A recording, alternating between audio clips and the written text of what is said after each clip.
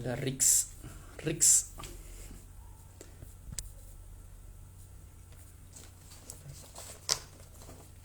Mikal ya está por acá. Excelente. Hola, hola.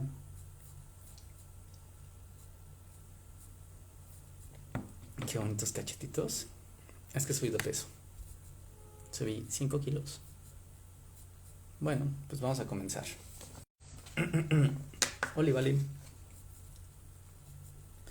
A ver, veamos. Listo. Bueno, pues como no sé en qué momento esto comience, pero yo ya voy a comenzar. Un día, cuando vivía en casa de mis padres, recibí una caja. Era una caja de huevo con un montón de globos llenos de pintura de color.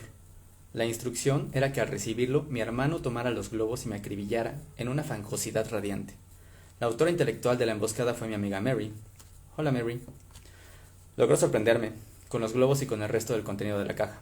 No, no eran huevos San Juan. Eran un montón de recortes de revistas, periódicos y papeles random. De entre tanta papelería había un póster doblado que pacientemente desplegué y ya desnudo, el papel, no yo, no sean cochinos, ya desnudo el papel decía, mal que nos pese, todos somos ficciones.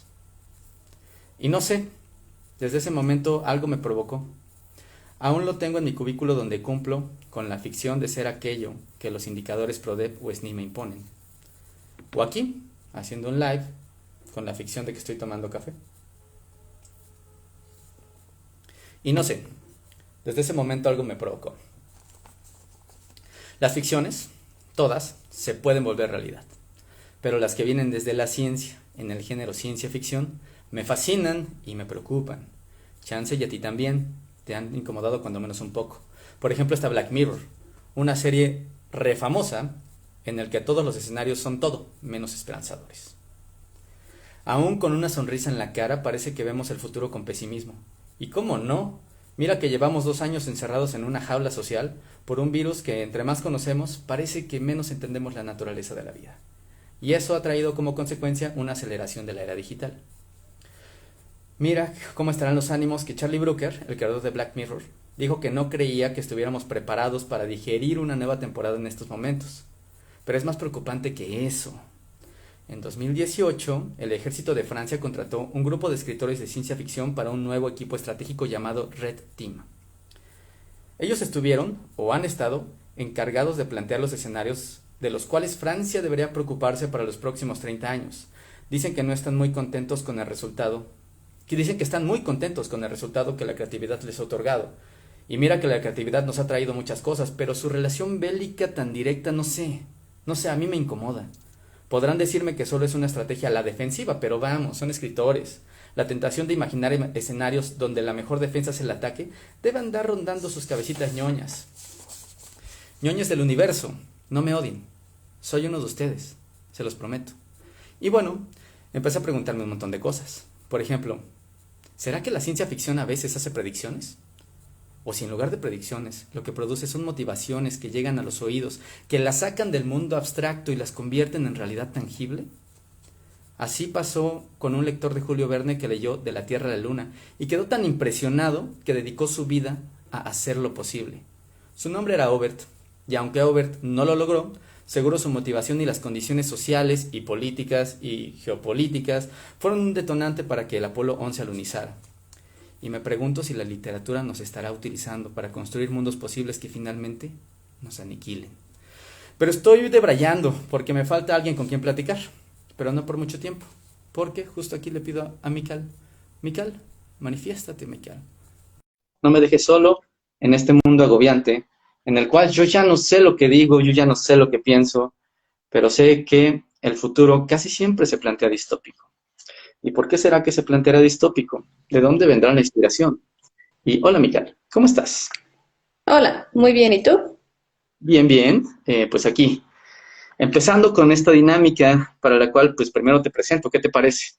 Acá Mical es Gracias. bióloga, así que como bióloga tiene cierto contexto interesante para la ciencia ficción y, por lo tanto, pues, saber que Mical escribe ciencia ficción y se los juro, lo escribe muy bien, pues motiva para hablar con ella. Y Mical, cuéntanos, ¿Qué tanto te ha ayudado ser bióloga en tu escritura? Yo creo que bastante. Bueno, hay una ambivalencia porque en algunas ocasiones pienso que tengo muchas armas para escribir ciencia ficción dura, pero por otra parte, a veces es complicado que la entiendan. Entonces, estoy todavía en ese lapso de tratar de hacer esta parte dura de la ciencia ficción un poco más digerible para el público general, porque frecuentemente me pasa eso, ¿no? Que yo me voy ya al lenguaje técnico y de repente, pues cuando me leen es complicado entender. Pero he tratado y he trabajado en esa parte y lo último que ves ha salido pues ha sido un poquito menos duro, una ciencia ficción menos estricta en el sentido científico y bueno, creo que ha sido del agrado de muchos.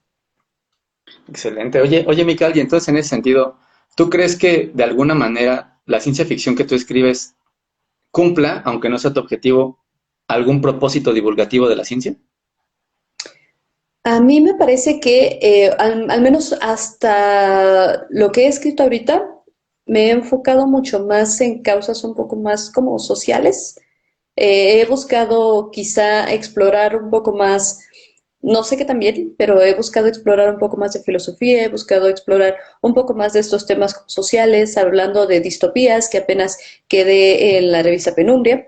Entonces, recientemente he estado como en esta línea, pero sí creo que la ciencia ficción es una manera excelente de hacer divulgación de la ciencia. Precisamente, mucha de la ciencia ficción rusa tiene precisamente pues ese objetivo, o tuvo en su momento el objetivo de comenzar a realizar divulgación de la ciencia a partir de la literatura. Y creo que es excelente porque es mucho más amable que, por ejemplo, leer un artículo científico, definitivamente. Y creo que la experiencia de leer un cuento que ocurre dentro de un ambiente o dentro de un espacio que necesita de todos estos conceptos de alguna manera permiten que estos pues como que queden un poco más asentados, ¿no? En la memoria, porque pues lo estás relacionando con algo que leíste y que con suerte te gustó.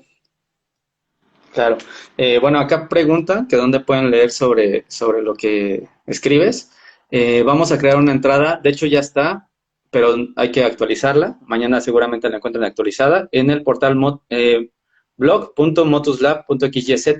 Ahí van a encontrar en la primera entrada el contenido de Mical. Denos chance de actualizarlo para mañana y ahí lo van a poder ver. Y justo con tu perspectiva, Mical, sobre abordar desde la ciencia ficción como problemas o filosóficos o sociales, ¿tú crees que habrá ciencia ficción de izquierda y ciencia ficción de derecha? Yo creo que sí. No he leído todavía ciencia ficción de derecha, pero estoy segura que debe de existir. La mayoría de lo que he leído es ciencia ficción de izquierda y de hecho en América Latina creo que entró muy fuerte toda esta corriente de ciencia ficción social y sobre todo en Sudamérica. Sudamérica estoy hablando de 50, 60 precisamente porque en estos países como Argentina, como Chile, pues tenían regímenes totalitarios. Entonces, mucha de la ciencia ficción que se hacía en ese momento consistía en la crítica hacia el sistema, en la crítica hacia pues esta parte política, hacia esta parte totalitaria que ellos estaban viviendo, ¿no? Entonces, creo que sí hay un trasfondo político bien interesante cuando hablamos de este tipo de ciencia ficción que es un poco más social y creo que puede ser una herramienta muy importante. O sea, estas personas en esos países latinoamericanos no tenían realmente la oportunidad de expresar, a lo mejor en una noticia, en una crónica o en un ensayo, pero que hacían, pues le daban un trasfondo, le daban un simbolismo a través de lo que ellos a través de lo que creaban. Entonces era un mensaje que se iba como manteniendo dentro de ciertos sectores y que me parece algo bien importante poder explorar todas estas causas a través de la literatura. Y creo también que no todos los géneros permiten esta exploración tanto filosófica, política, social, como la ciencia ficción. Ujú. ¿Alguna vez has leído a Borges? Solamente algunos de los cuentos, pero hace muchos años. Ah, bueno, igual lo dejamos para luego. Hace poco, de hecho ayer o antier, en el noticiero de Astillero, entrevistó Astillero, Julio Astillero, a Agustín Laje. Julio Astillero es un periodista que se declara de izquierda y Agustín Laje, Ujú. sí, un intelectual de derecha, ¿no? Escribe libros, promueve ideas de derecha, pero en un polo como muy, muy agudo de lo que es la derecha. No se avergüenza de nada de ello, incluso lo dice sostenidamente. Y a ver si coincides, decía Agustín Laje, no Julio Astillero, que el mundo cultural, y creo, respecto por lo que acabas de decir, que también quedaría, Voy a eh, hacer ejercicio. está como más Exacto. pegado hacia la derecha, de ideas Se propagadas. corta un poquito tu audio. ¿Lo puedes repetir otra vez, por favor? Sí, sí, claro. Que en esta postura de que parece que el mundo cultural tiene ideas de izquierda, ¿por qué crees que las ideas de derecha no estén presentes en la ciencia ficción? Yo creo que sí están presentes, pero a mí me parece que la crítica es precisamente hacia la derecha, ¿no? O sea, yo estoy segura que hay gente que escribe desde la derecha, pero a mí me parece que la crítica más fuerte es precisamente criticar hacia la derecha, entonces es ir contra el sistema, justamente, porque la ciencia ficción pues desde sus inicios es un género que comenzó precisamente en esta crítica, o sea, más o menos inicia un poco después de la corriente romántica, del romanticismo, porque había cierto desencanto con precisamente con el pasado, el futuro negado, ¿no? Con lo que uno esperaba que iba a traer la revolución industrial, como que esperaban que iban a traer el progreso, que se iban a resolver la pobreza, muchas causas sociales, y no llegó. Entonces comienza este romanticismo y a partir de ahí como que deriva la ciencia ficción. Entonces creo que justamente va más relacionado con la izquierda porque es precisamente hablar de lo que fue negado, de lo que uno esperaba, de lo que no llegó, y de esta realidad de la que formamos parte la mayoría, ¿no? Porque finalmente creo que para ser de derecha uno tiene que estar en alguna posición de privilegio y pues no es la mayoría de la población. Y eso quizá también tiene que ver con que no haya tanta ciencia ficción de derecha, pues estadísticamente somos más los que no vivimos en el privilegio, ¿no? Y que podemos ver precisamente, como no vivimos en el privilegio, podemos ver esa perspectiva y podemos, pues, criticar y no solo criticar, sino eh, hacer de justo transformar todo aquello que vemos en una literatura y en un mensaje. Claro. Sueles participar en convocatorias de ciencia ficción en diferentes revistas y por lo tanto no solamente digamos que tus textos están ahí presentes, sino que llegas a leer los textos de otras personas en los mismos foros. Desde esa perspectiva y considerando lo que acabas de decir, ¿qué nos indica el termómetro social de lo que se escribe hoy? De ¿Qué lo que a mí me parece que mucho de lo que se está escribiendo es distopía. O sea, pareciera que efectivamente podemos imaginarnos cada vez cosas más terribles y cada vez más control, ¿no? Hace, creo que 2 semanas fue la presentación de la revista Napoyesis, del segundo número, y justamente era lo que hablaba uno de los escritores invitados, que pues nosotros hemos dedicado mucho tiempo a escribir, a imaginar escenarios que pueden ser cada vez peores, ¿no? He visto, por ejemplo, en esta parte distópica, que se habla mucho otra vez de los ciertos regímenes que son totalitarios, que hay cierto control y este control muchas veces ya se habla también a través de redes sociales, ¿no? Entonces, hay mucho de eso y mucho también sobre pues conflictos entre las potencias, todo este conflicto económico está muy fuerte, está muy presente. Y otro de los temas que he visto bastante, pues es qué es lo que va a pasar cuando nos alcance el cambio climático, ¿no? Como las consecuencias del cambio climático, también es otro de los temas. En la mayoría de lo que he leído, pues es bastante deprimente sobre lo que se escribe al respecto. ¿Crees que en ese sentido la ciencia ficción y con este papel que toma pueda ser como una estrategia de defensa cultural para promover cierta reflexión sobre los peligros que nos acechan? No sé si defensa, pero definitivamente es una manifestación de nuestras propias inquietudes, de nuestro propio miedo, de nuestra propia incertidumbre tal cual ante lo que vemos, ¿no? Porque creo que no es secreto para todos que vivimos en una sociedad en la que pareciera que el crecimiento tecnológico es exponencial y que no estamos todavía acostumbrándonos o digiriendo este crecimiento exponencial, ¿no? Entonces, sí hay mucha inquietud al respecto y yo creo que es una manifestación de todo eso, pero precisamente esas manifestaciones, al menos hasta donde he leído, tienen como objetivo llegar a hacer la reflexión hacia dónde vamos, ¿no? Finalmente, la ciencia ficción no habla realmente del futuro, sino habla de el presente y de las proyecciones que nosotros hacemos hacia el futuro. Entonces, es algo bastante complejo. En la actualidad y justo con lo que está sucediendo ahora en cuestiones bélicas a nivel geopolítico, eh, hay como una lucha de narrativas en donde pues no, o sea, no desecho la idea de que la ciencia ficción pueda ser como uno de los instrumentos para ir posicionando narrativas. Eh, entonces, ¿la ciencia ficción sí podría ser propaganda? Ah, claro que sí. Yo creo que, como te decía, pienso que la mayoría de las personas que escribimos lo hacemos con esa conciencia hacia la reflexión, pero sí creo que se puede también tornar en este sentido propagandístico, ¿no? Al menos yo sí he leído textos que lejos de parecer, o sea, de tener esta estructura de un relato en el que ves el planteamiento de un problema, llegas a un conflicto, ves el desarrollo y ves a los personajes, lejos de tener esta narrativa común, pareciera que son discursos. Me he topado últimamente con muchos de esos. No diré cuáles son las causas que apoyan estos relatos, pero sí, definitivamente sí he leído. No sé exactamente a qué pueda deberse este uso propagandístico, pero sí he notado que hay ciertas como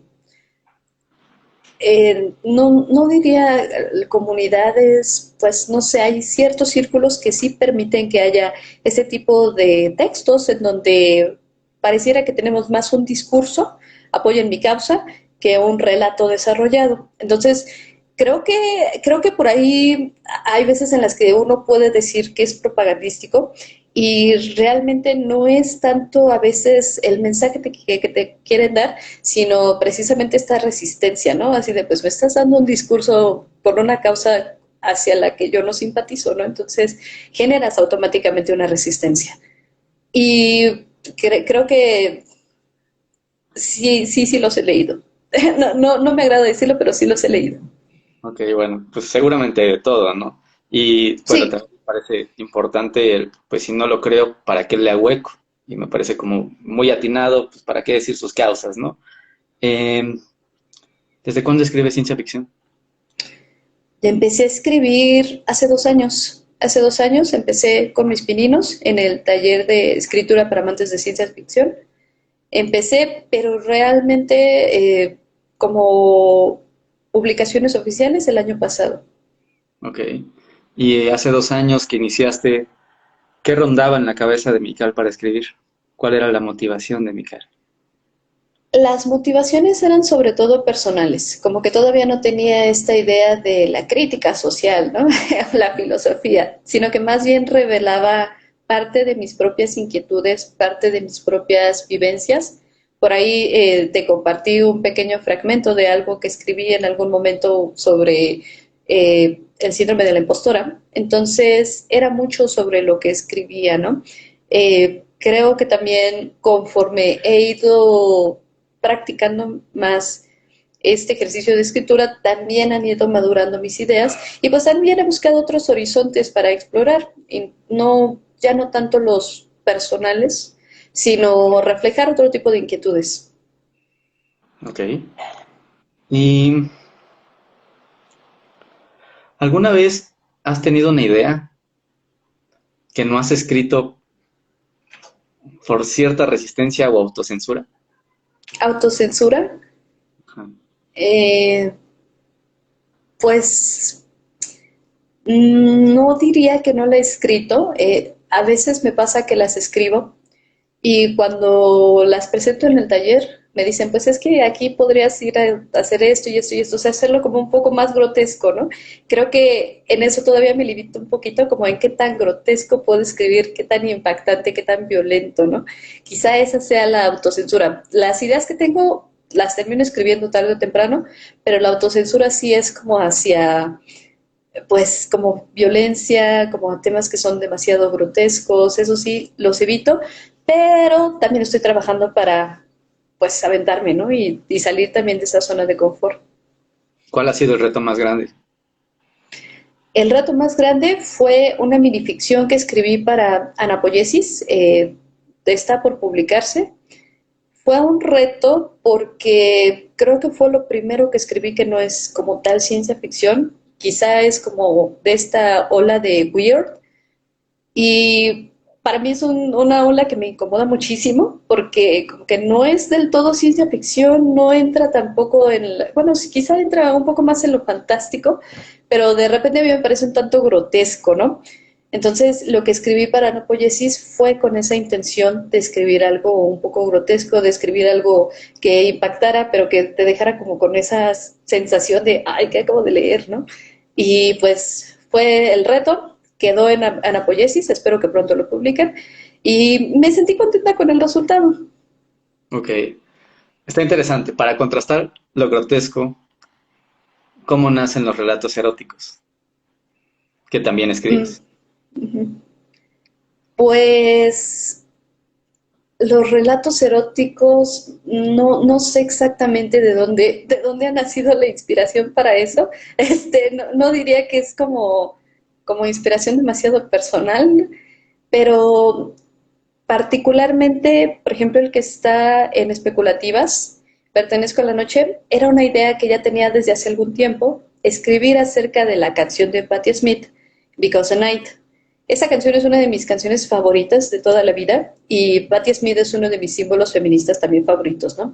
Entonces, la canción en algún momento la escuché en el auto de un chico con el que estaba y como que se me quedó guardado ese recuerdo, ¿no? De estar pues con una persona que se quiere, escuchar la canción y a partir de ahí comenzó como el desarrollo, ¿no? Originalmente lo tenía planeado más en una historia de heterosexual, pero después dije, pues, ¿por qué no? O sea, aventarnos por algo más, ¿no? Salirnos un poco del típico amor heterosexual. Entonces comenzó y creo que mucho es como también el juego en el erotismo y también procurar hablar un poco pues de el acto sexual más como una especie de arte y no tanto pues solamente el momento y ya, ¿no? Sino que algo que me gusta del erotismo es como este vínculo entre dos personas.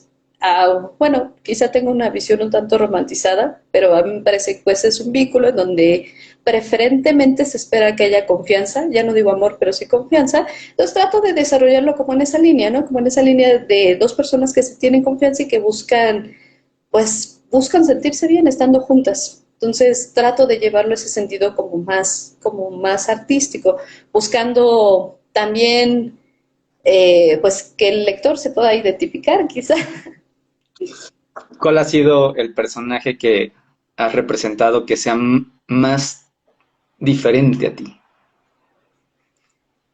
Justamente el personaje que protagoniza la minificción que está en Anapoyesis se llama Marry.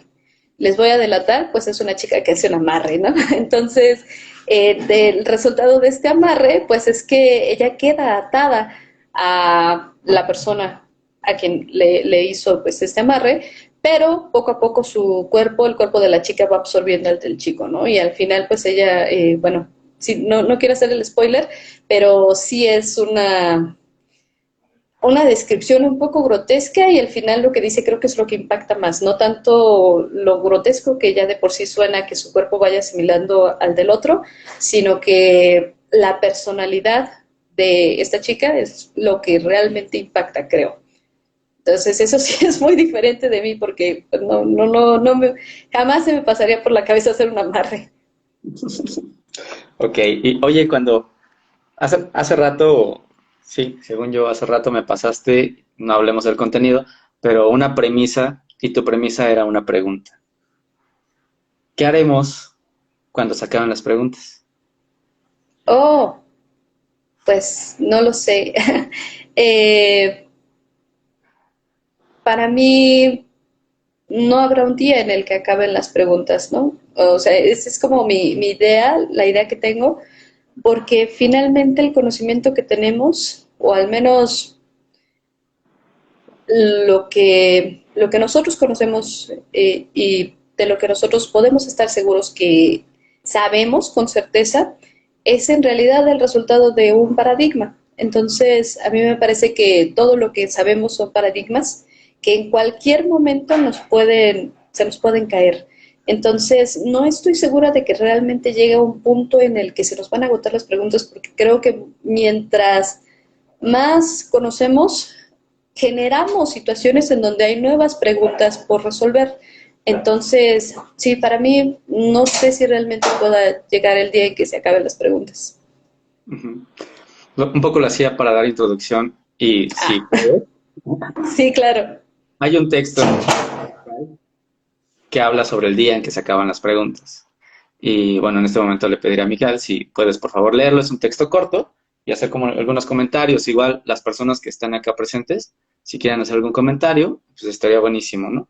Acá, por ejemplo, hay uno que dice: el conocimiento científico, por lo general, resuelve una pregunta, pero abre otras. Totalmente, totalmente.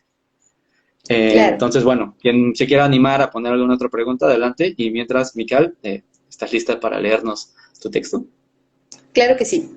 Se titula El día que se agotaron las preguntas. El conocimiento, vasto, extendía en el infinito espacio-tiempo sus prolongadas cavilaciones, encarnadas en individuos, seres con pensamiento independiente, distribuidos a través del presente, pasado y futuro, buscando resolver su realidad, explicarla y entenderse, darle sentido a su propia existencia. En este universo surgió la ciencia, en un momento particular de lo que se consideraba pasado, como un producto de la curiosidad y la organización, del pensamiento y el miedo, como una mera herramienta de construcción acumulativa de la realidad. Entre el azar y la incertidumbre, a veces favorable, a veces desfavorable, la ciencia se desarrolló con una tasa variable, de acuerdo con la evolución social de sus ejecutores e intérpretes y en respuesta a las fluctuaciones culturales. El poder de la pregunta dejó de subestimarse, puesto que ésta comenzó a brindar respuestas y, eventualmente, predicciones. El poder de la pregunta se convirtió en el poder de la presciencia y con un cierto grado de incertidumbre. Con la anticipación llegó también la colonización, el control y el empoderamiento, la ausencia de miedo. Y comenzó un ciclo sin fin, donde la pregunta conducía a respuestas y éstas, a su vez, a más dudas. Los seres pensantes comenzaron a producir preguntas y respuestas en masa y denominaron progreso a este impetuoso ciclo, que efectivamente no parecía tener fin. Sin embargo, en los rincones del espacio futuro, la tasa de producción científica comenzó a ralentizarse cada vez más. El ritmo de planteamiento de respuestas se desaceleró, puesto que las principales, alguna vez cuestionadas por los seres pensantes, ya habían encontrado su solución. ¿Cómo se concilian las cuatro fuerzas del universo? ¿Cómo se crea la materia? ¿Qué es la energía oscura? ¿Cómo comenzó la vida? ¿Cuál es la fuente de la variabilidad de la vida? ¿Cómo revertir la entropía del universo? ¿Cómo crear la antigravedad? ¿Cómo viajar más rápido que la luz? Las preguntas, lentamente, comenzaron a agotarse, hasta que no quedó un atisbo de duda en los seres pensantes, conscientes y orgullosos de ser los únicos en el universo conocido en poseer toda la información para convertirla en poder y dominar las fuerzas del cosmos a su antojo. Habían logrado comprimir el espacio, deformarlo, crearlo, transformarlo e inundarlo. El mundo dejó de ser nuevo para ellos ahora que sabían todas las respuestas. Las preguntas habían cesado, y con ello el aburrimiento hizo su ominosa aparición. Pero no duró mucho. En algún momento del cosmos futuro, intempestivamente y sin razón, el universo comenzó su contracción. No había explicaciones conocidas, no había datos que respaldaran un evento así, ningún indicio. La singularidad espacio-temporal arrasó con todas las fuerzas a su paso. inevitable colapso de los planetas y las estrellas a un ritmo vertiginoso indicaba la presencia de alguien controlando todo su voluntad y capricho. Alguien más para quien ese universo solamente era un caldo de cultivo experimental, un escueto bosquejo de vida que pretendía brindarles nuevas respuestas a sus preguntas. Ante el asombro, en medio de la apabullante desolación de la inevitabilidad, los seres pensantes vieron así derrumbarse su paradigma. Que coincide totalmente con el pensamiento que previamente nos dijiste, ¿no? ¿Qué opinas del cientificismo? Que hace rato me contabas, ¿no? No estoy segura de coincidir con la misma definición de cientificismo que tienes tú. ¿No? Apóyame, por favor, con tu definición y te diré qué opino. Mm, Pensar la ciencia como un instrumento no que nos ayuda a contestar preguntas, sino más bien que utilizamos como guía en nuestro comportamiento sin cuestionarla. Es decir, una Mm. ciencia dogmática, ¿no? Hacia dónde te Oh. diriges y en un grado elevado en el cual no se cuestiona nada. Ok, ok. Pero pues es que el cientificismo es como tal, como lo dices, un dogma, entonces, porque si no lo cuestionas, entonces es un dogma, o sea, es lo que no se cuestiona no se puede refutar o no se puede comprobar, ¿no? Entonces, sí, y me parece algo bastante negativo. Justamente tengo yo la idea de que de repente nuestra formación científica es un poco deficiente en cuanto a pensamiento lógico y en cuanto a pensamiento filosófico. O sea, yo soy egresada de la Facultad de Ciencias y te juro que clases de lógica tuve en la prepa. Y ya ahora en retrospectiva digo, bueno, ¿por qué nunca me dieron una clase de lógica en la universidad, ¿no? Una clase de filosofía, más allá de la filosofía de la ciencia, porque te dicen, pues sí, Charles Darwin, o sea, todos estos acontecimientos llevaron a que Charles Darwin pensara en la evolución y demás, pero fuera de eso no hay como una formación en pensamiento filosófico. Y sí me parece muy necesario porque a veces precisamente caemos en esto, pues nosotros comprobamos y comprobamos nuestros propios paradigmas, pero no nos salimos como de cierto esquema de pensamiento que nos permita realmente derribar, ¿no? Derribar esos paradigmas. Entonces, sí creo que puede ser un poco deficiente nuestra formación como científicos porque creo que, o pareciera que ya nos forman para la producción científica y no tanto para pensar, que debería ser realmente lo que nos enseñan o para lo que nos preparamos para pensar, porque pues finalmente es lo que hacemos a través de ese conocimiento, es que vamos a brindar pues herramientas para conocernos, pero si no podemos derribar ciertos paradigmas porque tenemos pues ciertas limitantes en nuestra formación o porque en realidad hay cierto sesgo hacia lo que se debe de publicar, hacia lo que se debe sí, hacia lo que se debe de publicar, porque básicamente toda la productividad científica se basa en publicar, y entonces uno está más pensando en publicar que realmente en el paradigma que puedes darle la vuelta, ¿no? Pero bueno. Totalmente. Mira, acá nos dice Balán, dice, creo que la ciencia ficción distópica nos ayuda a tener una ciencia más ética. Yo coincido, creo que en ese sentido, cuando menos nos hace cuestionar o pedir rendimiento de cuentas, ¿no? Al trabajo científico como un bien común o un bien social. También nos dicen, sí, hay que desafiar los paradigmas. Nos dice Alijin Vega, dice, sí, hay que desafiar paradigmas y evitar el reduccionismo totalmente. Y pensando en el entorno cultural mexicano, está por un lado el pensamiento religioso, el pensamiento mágico, eh, un montón de saberes y conocimientos, y todo esto mezclado en un caldo de cultivo sabroso, pero también complicado y complejo de analizar. Claro. ¿Cómo concibes tú la ciencia en la cultura mexicana? Híjole, a mí me parece que en la cultura mexicana predomina todavía mucho el pensamiento mágico, tristemente. Eh, sí siento que nuevamente que nuestra educación en ese sentido es todavía muy deficiente. que de alguna manera las personas que están enseñando ciencia o no les gusta enseñar o no son científicos o yo qué sé, realmente cuál es el meollo del asunto nunca, pues nunca he podido solucionarlo en mi cabeza, pero sí creo que en términos de cultura mexicana todavía está muy presente el pensamiento mágico. Pienso que no es tanto como por esta cuestión religiosa, sino que es más bien una especie de resistencia hacia el pensamiento científico, ¿no?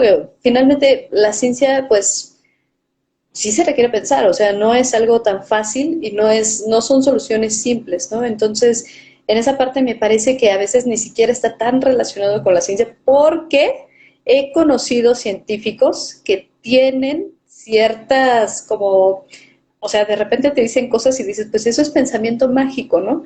O biólogos moleculares que no saben cómo funciona una PCR y de repente pues salió, ¿no? Entonces, pues eso casi es pensamiento mágico, porque si no sabes el fundamento, pues, o sea, sale por magia, ¿no? Por arte de magia.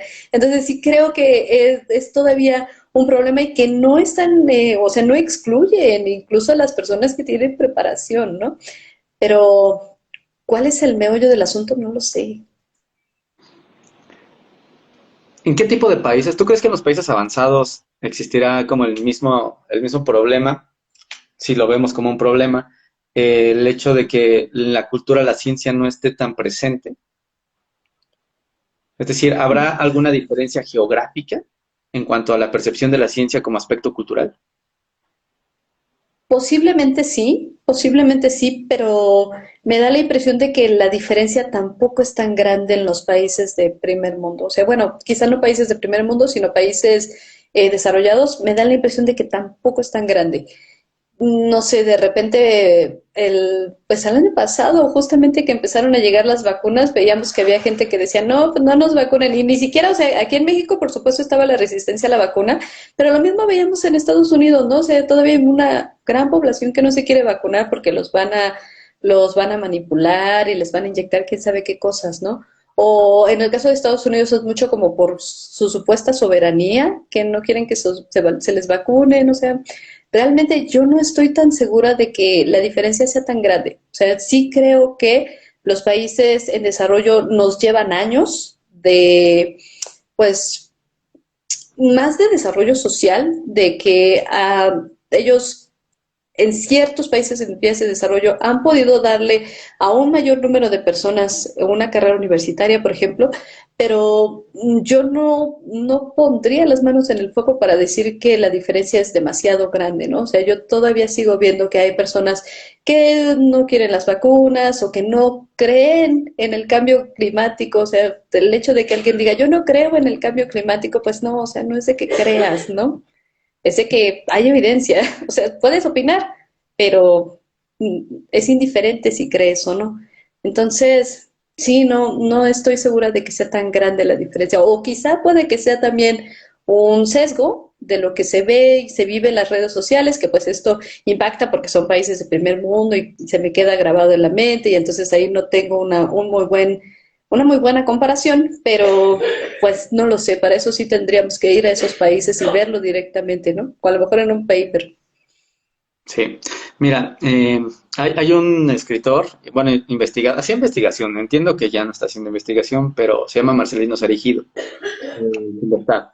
Y él ha abordado mucho sobre la falta de cultura científica en México y que en México no se forma científicos sino investigadores, ¿no?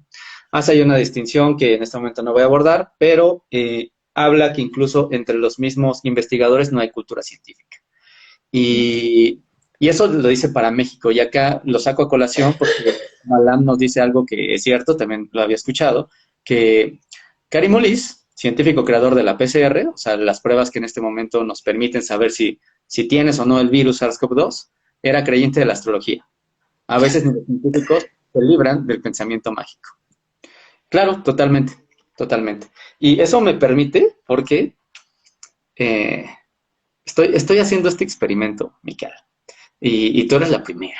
Así Ok, que muchas gracias por prestarte a esto que todavía no sabes qué te voy a decir, pero dame un segundo. ok. Eh,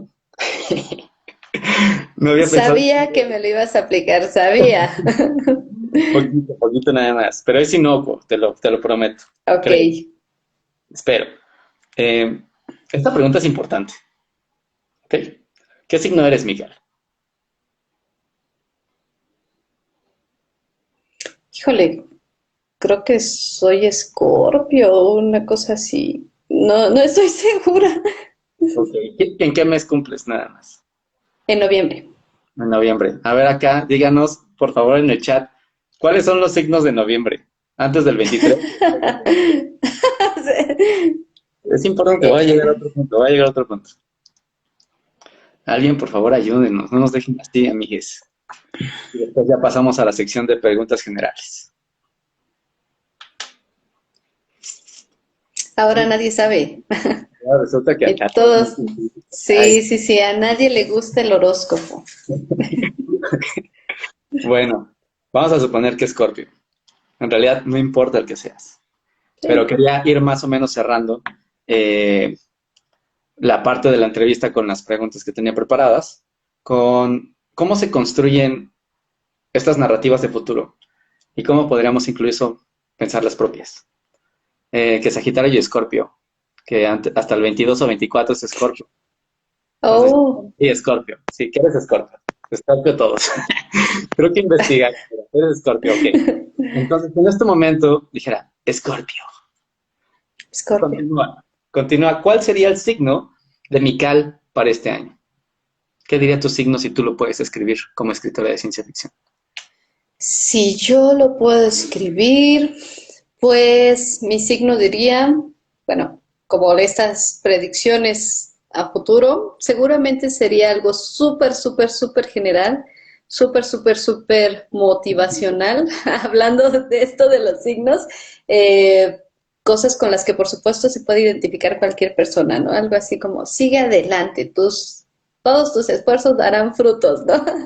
No, pero ya hablando de algo que yo escriba, pues me gustaría mucho seguir escribiendo. O sea, sí me gustaría continuar escribiendo y tengo por ahí algunos proyectos como algunos cursos, terminar un curso de inglés que estoy tomando, me gustaría al menos terminar todo eso. Y pues espero en algún momento salirme de mi casa, ¿no? O sea, vivo con papás, entonces espero ya este año salir. Ese sería como, como mi pronóstico personal. Excelente. Muy bien, pues bueno, ahora vamos a pasar con las preguntas y nos dice por acá Valeria, que qué opinas de la película Don't Look Up. No la he visto, no me maten, no la he visto. No, sacrilegio. Ya sé, No, no la he visto, no, no me por maten. favor.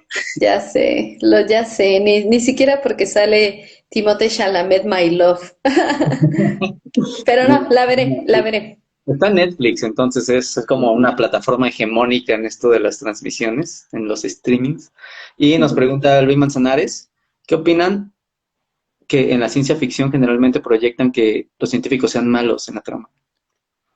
Yo creo que esa es una visión muy norteamericana de la ciencia ficción, porque si nos vamos a a la literatura, no es así. O sea, si nos vamos a la literatura, los científicos, si bien son los personajes, o sobre todo ya en la literatura como de 50, 60, 70, hay muchos personajes que son científicos, pero pues son protagonistas, son personas que igual están buscando cómo resolver sus propios problemas, o sea, en realidad creo que esta es una visión meramente norteamericana, porque yo no he visto en otras películas o en las lecturas esto de que, de que los científicos sean los malos, ¿no? O sea, a mí me parece que es algo que nosotros tenemos arraigado de la cultura que nos ha heredado Estados Unidos porque vemos un montón de sus películas, pero me parece que es una cosa meramente norteamericana y tiene sentido de que allá no quieran las vacunas y les dan esta visión del científico loco, ¿no? Del científico malo. Claro, claro. Eh, pues bueno, a ver, nada más voy a meter un poco mi cuchara igual para producir un poco de diálogo. Sigan preguntando, todavía tenemos unos cuantos minutos para atender preguntas. Desde mi perspectiva, ¿por qué se ve al científico como algo malo? No sé si se le ve como algo malo, pero se le ve como muy diferente, como muy externo. Es decir, probablemente en muchas razones, ¿no? Una de ellas es, y lo decía también Marcelino Serigido, tenemos una proporción baja de personas que se dedican a investigación científica en proporción a la población en total, ¿no? Entonces eso hace que, en primera, por probabilidad, sea menos probable que encuentres una persona que se dedica a ciencias. Por otro lado, siento que, al igual que el sistema que forma médicos, es un sistema no tan amigable casi siempre, o no en muchas Ujú. ocasiones. Entonces, Sí. probablemente los embates de la vida forman personas que van a seguir embatiendo o agrediendo o siendo hostiles con las personas que forman y con las personas con las cuales se relacionan. Y desde ese sentido, por supuesto, tienen responsabilidad quienes lo ejercen, pero un poco se explica, no se justifica. No No, trato. estoy totalmente de acuerdo, ¿no? Porque además el sistema en sí mismo es muy competitivo y muy agresivo, ¿no? Entonces, pues hay personas que tienen que buscar la manera, ¿no? Eh, e incluso no vamos lejos, o sea, de Big Bang Theory es un montón de personajes estereotipados, ¿no? Que yo cuando lo veo digo, ah, pues sí, sí es chistoso y sí, o sea, confieso que he llegado a tener ciertos episodios, ciertas conductas en donde me identifico con los personajes, pero pues me parece una cosa súper estereotipada porque dices, pues el científico es el típico friki, amante de los videojuegos, que le encanta ir a la mole. Entonces, o sea, sí me parece un prejuicio que es bastante negativo, a decir verdad. Sí soy, pero me ofende mucho. Exacto. Sí, exacto. Sí, pues bueno, los estereotipos creo que suceden en todos En los ámbitos todos. y ejercicios de lo que nos relacione con la sociedad, pero pues cuando menos creo que quienes nos dedicamos a ciencias, pues sí deberíamos de reflexionar también un poco como cuál es la imagen pública que generamos. Es decir, si nuestras labores únicamente están recluidas, y así lo llamo, recluidas, a espacios Sí. pues que no son de acceso para todos, pues también tendríamos que pensar que por qué la sociedad tendría que observar lo que hacemos si no les damos como la oportunidad o la chance de verlo, ¿no? A veces se dice que la divulgación es como una forma de traducción de lo que pasa en las ciencias a, a, a las personas y se suele decir hay que bajarle el nivel. Y a mí me parece Mm. hasta desde allí suena como súper agresivo. No Sí, estoy sí, valorando claro. nada. Simplemente creo que hay componentes culturales que pueden hacer como más accesibles o apropiarlos más en nuestro cotidiano, ¿no?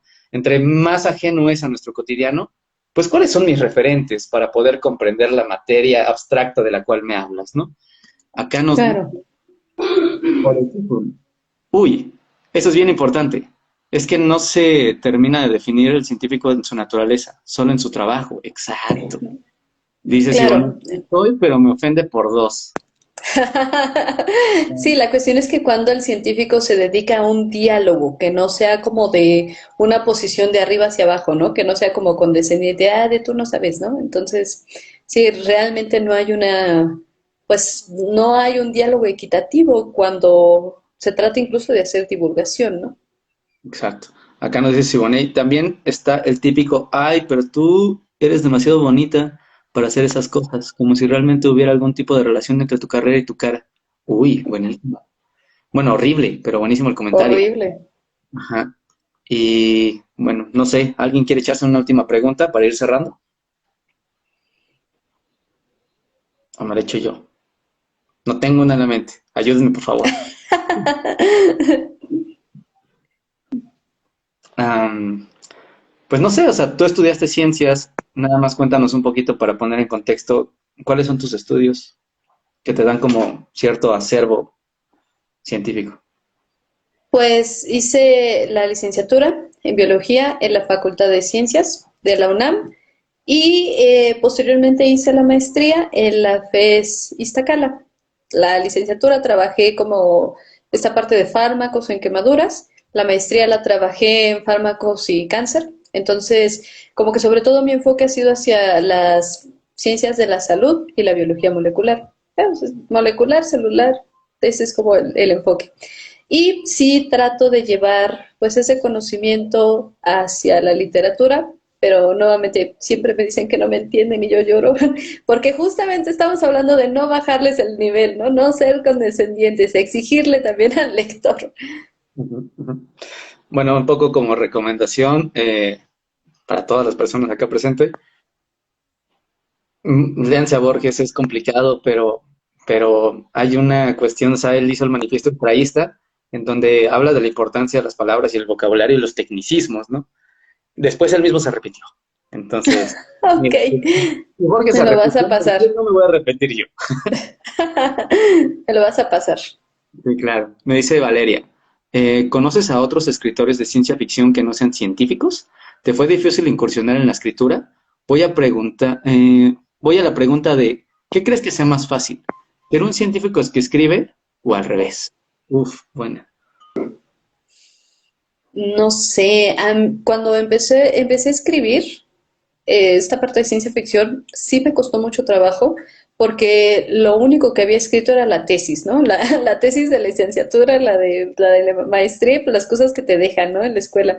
Era lo único. Entonces, al principio sí me costó un poco de trabajo salirme de esta escritura que es, pues, como muy cuadrada en el sentido de que tienes que escribir siguiendo un patrón, de que tienes que ir enlazando cada uno de los elementos que son importantes en la tesis, o sea, todos los antecedentes, todo esto, pues me fue difícil porque incluso en el uso del lenguaje, yo todavía usaba mucho el lenguaje técnico también, ¿no? Entonces sí me fue complicado. eh, y en algún momento, pues también algo que fortalece muchísimo es leer otras cosas, ¿no? O sea, de verdad, empecé a leer otras cosas diferentes de artículos científicos y pues fue ahí que se empezó a agilizar un poco más la escritura y bueno, también, por supuesto, la práctica. No estoy segura de que sea más fácil si para un escritor. No, yo creo que sí es más fácil que. No, no, no, no estoy segura.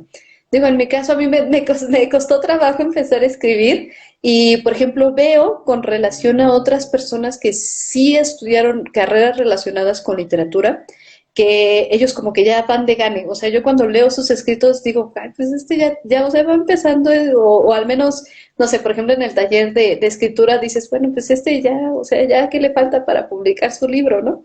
Entonces, de repente como que uno siente que está en desventaja porque justamente las bases teóricas de cómo se escribe, de cómo se llega al público, o sea, esta parte que les comentaba de la estructura del relato, de que si tienes un conflicto, que si lo vas desarrollando, que si tus personajes, todo eso yo lo aprendí empíricamente, ¿no?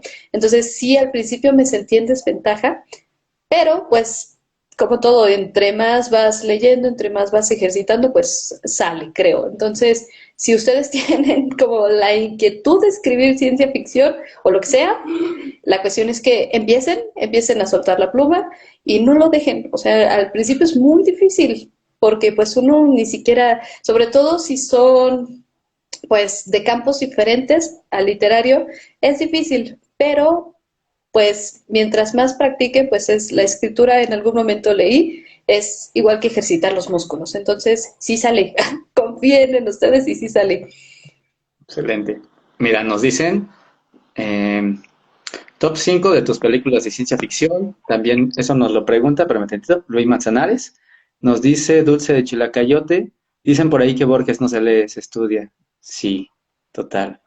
Jimena nos cuenta que, bueno, más bien nos pregunta, ¿qué piensan del caso del podcast Caso 63? Es buenísimo. Ahorita nada más lo platicamos. Y la última que está acá, para Mical, ¿cuándo la novela? No presiones, Kino. Pues no sé, justo estoy tomando un taller de escritura de novela porque sí tengo por ahí ya algunas ideas que ahorita tengo en relatos independientes, el famosísimo obsolescencia programada. Espero próximamente llevarlo a una novela, pero no me comprometo en fechas. La verdad, no los quiero decepcionar porque es un trabajo muy diferente. O sea, el trabajo literario ya en una novela ya es de otro nivel, entonces, pues irá saliendo, saldrá en algún momento, espero. Y si no, al menos una antología. Excelente. Caso 63, ¿la has visto? Lo has escuchado, perdón. Todavía no, sí lo tengo en los pendientes, pero no lo he escuchado. Está buenísimo y dicen por ahí, dicen que viene segunda temporada, así que pendientes. Y Pendientes. bueno, cerramos con estas dos. Igual les agradecemos a todos los que escribieron. el top 5 de películas de ciencia ficción, y Dulce de Chilacayote dice, ¿has escrito algo de ciencia ficción para niños? Ciencia ficción para niños, no, no he escrito nada para niños. Reto de este mes, reto de marzo, escribir algo de ciencia ficción para niños. Compromiso. Bien, te la apunté. Y películas, me encanta Gattaca. Gattaca creo que fue la primer película de ciencia ficción que vi y fue para mí un parteaguas en mi vida porque dije, no, este tipo de películas es para mí, ¿no? Gattaca, me encanta Contacto, la película que está basada en la novela de Carl Sagan. La película es buenísima, digo, el libro es muy bueno, pero la película como que me llega más, no sé si es por las actuaciones, no sé, pero la película me encanta. Me encanta también Interestelar. Interestelar me parece la película más ñoña que he visto porque sí hay ciertos elementos que si uno no está del todo como metida en conceptos de astrofísica, puede ser un poquito difícil entenderle, pero esto de las paradojas como temporales que rondan a la relatividad, me encantó. Me gusta mucho también, bueno, me gustó mucho la película de Dune, la película de Duna, que salió recientemente. Leí la novela y pues me encantó también la película. Y se me está yendo una, Arrival. También Arrival, me encanta, me encanta. Creo que ese es, así diciéndolo rápido, esas son las primeras 5 que vienen a mi mente. Excelente, qué buena pregunta y qué buena respuesta, porque me estás dando oportunidad de echarme comerciales. Y no es que me encanten Ah, los comerciales, pero necesitamos audiencia. La siguiente semana vamos a estar ya en la cuenta de Motus. Entonces, si no lo siguen, sigan Colectivo Motus. M-O-T-U-S. Motus. Y la siguiente semana vamos a estar hablando de esta película, a ver si se ve. Ay, ni se ve. Dice I Origin, pero ni se ve porque soy bien torpe. Es que no tenía aquí un plumón más chido, pero I Origin. Búsquenla, en la portada sale un ojo extraordinario, y es ciencia ficción.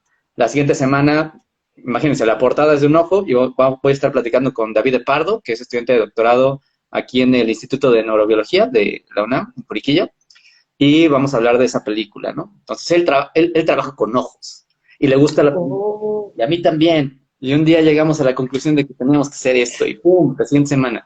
Pues la siguiente semana, en jueves, desde la cuenta de Colectivo Motos, platicaremos de la película I, Origin.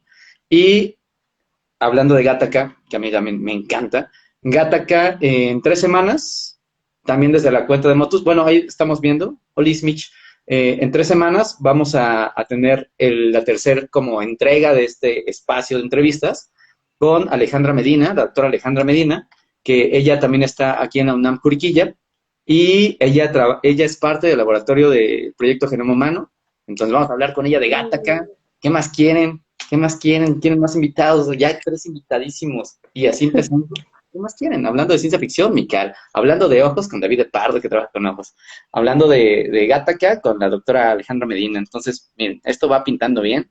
Así que, pues no sé, Mical, ¿cómo te gustaría despedirte? Eh, pues yo también tengo comercial. Lean mis relatos. Ya que van a estar en el blog de Motus, léanme. Próximamente vienen nuevos relatos que ya aceptaron en algunas revistas. Son buenos. Entonces, léanme, por favor. Es un parte de la motivación que necesita un escritor que lo lean. Mical ya se comprometió aquí a escribir ciencia ficción para niños, así Para que yo me voy a niños. comprometer a que en cuanto termine esta sesión, subo los textos de un listado de los textos publicados de Mical, lo voy a poner en la página de Motus, y el sitio web te lo paso, Mical, para que si quieres tú lo pongas igual en tu biografía.